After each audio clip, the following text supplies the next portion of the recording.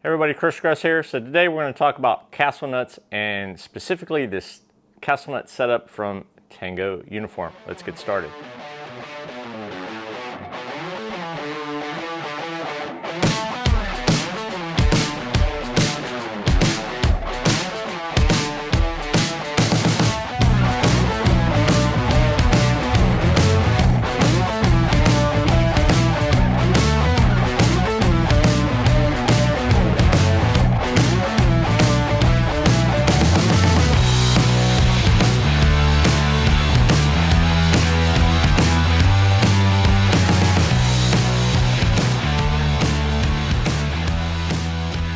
Alrighty folks, so what I have here is a Tango Uniform castle nut starter kit.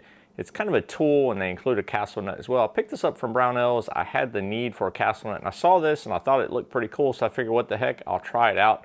So what you get here in a little package, you get a new castle nut, and what you might notice about this castle nut is the fact that it does have notches in more slots than your typical standard castle nut. It also has these little pre-cut indentions everywhere there's a slot cut in the castle nut. So the reason they call it a castle nut, because when you lay it like this, it kind of looks like a castle. So in case you weren't aware of that. But the cool thing about this setup is not the castle nut itself, it is actually the little tool that it comes with. So if you have the need to repair or do some maintenance on your rifle and you need to remove your buffer tube or receiver extension and replace or repair the castle nut, this is probably a pretty good tool for you guys to check out, at least from my dealings so far and my first impressions.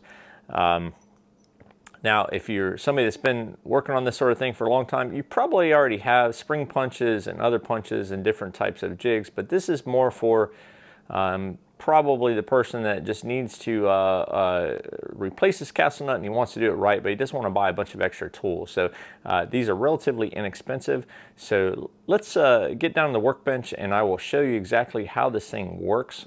So the idea here is that you take this device right here, and once you torque your castle nut in place in your receiver fixture, you can place this on the castle nut itself. It has little notches, and then the idea is that you take the pin right here and you place this in one of the included holes, and you're going to tap on this to dimple or stake rather your castle nut so that it doesn't loosen up over time. So really cool device here. The folks at Tango Uniform did put a lot of thought into this, and you could always buy additional castle nuts and then keep the tool, but honestly, again, for what I paid for this, coming with the castle nut and the little tool to properly stake, it's well worth the cost. One of the things that you will often find with folks that do home builds and are working on and maintaining their own firearm is that they lack the ability or the know-how to properly stake. So if you're not aware, staking of a castle nut is very important, because if this loosens up, it can cause your firearm to malfunction.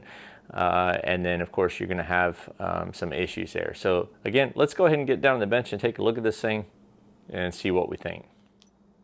Once you get your castle nut torqued down to spec, you have your end plate here, and of course you got your buffer tube receiver extension, and here you have the Tango Uniform castle nut staking tool right here. You have two holes, so if you need to flip sides, you can utilize either hole, and it does come with this small punch right here. You could also use this as a guide, utilizing some sort of a spring punch or something like along those lines.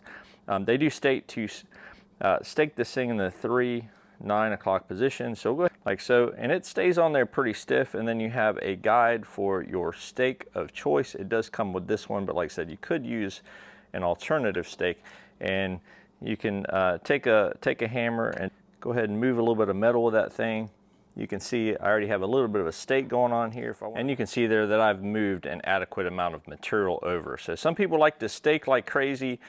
I don't necessarily see the need to do that. You just want to make sure that you have enough material moving off of the end plate into the recess on the castle nut to prohibit this guy from moving or loosening up. So Again, you want to do this also in the 3 o'clock position. So this is technically the 9 o'clock position looking from the rear, but you guys get the idea. So I have a stake here. I'll put another one over here. You could even put one on top if you want. So if you want to stake 3 times, that's fine, but really 2 stakes is plenty.